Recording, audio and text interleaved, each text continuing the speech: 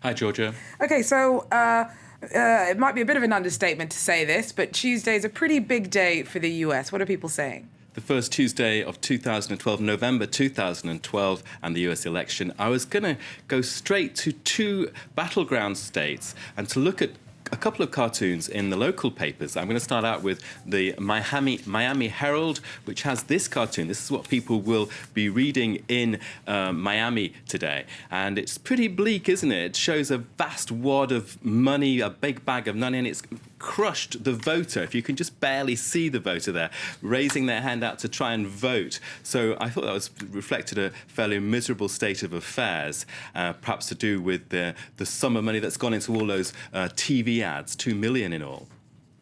Okay, now another cartoon that we've got is from Ohio, and that's a key battleground state that everyone's going to be watching. Well, all eyes are going to be on Ohio, of course, and the cartoon there is in the Cleveland News and Herald. And again, it shows a voter, Georgia, sitting thinking that the government is too bloated. The government needs to stop taxing him. The government needs to stay out of his life. And then, oh, hold on, natural disaster. It swept my home away. The government needs to save my life. So again, that kind of reflects the sort of different mood swings we're seeing among American voters.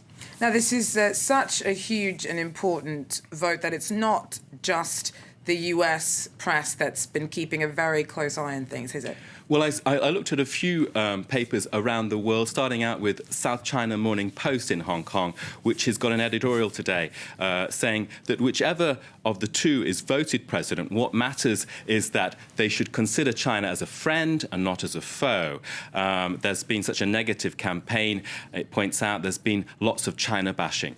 Also, looking at the world press, Moscow, the Moscow Times, I thought this was fairly incredible, actually, from their part. The editorial there, you can see US can learn from Russia about unity. Now, what does Russia have to teach the Americans?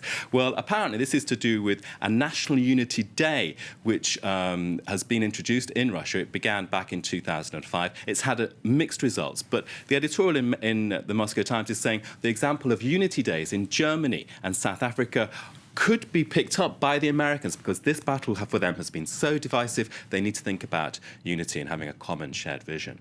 And to switch to another world capital, the Tehran Times, I was interested in what they would have to say, and they argue that whoever wins, Obama or Romney, they'll be hostile to Iran. But it's asking, why is the US so against Tehran? Why is it against the Iranian people? Why do they want to continue punishing Iranians?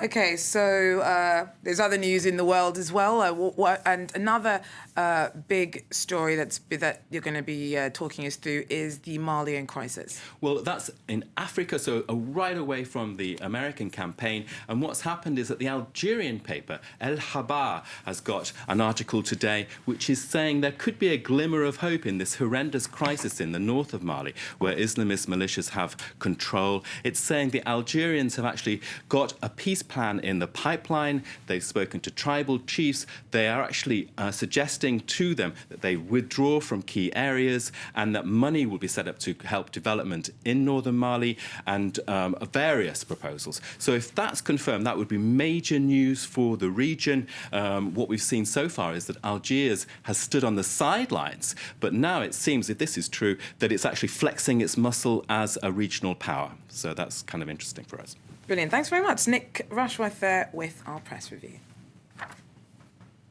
Okay, I'll look back at some of our top stories here at France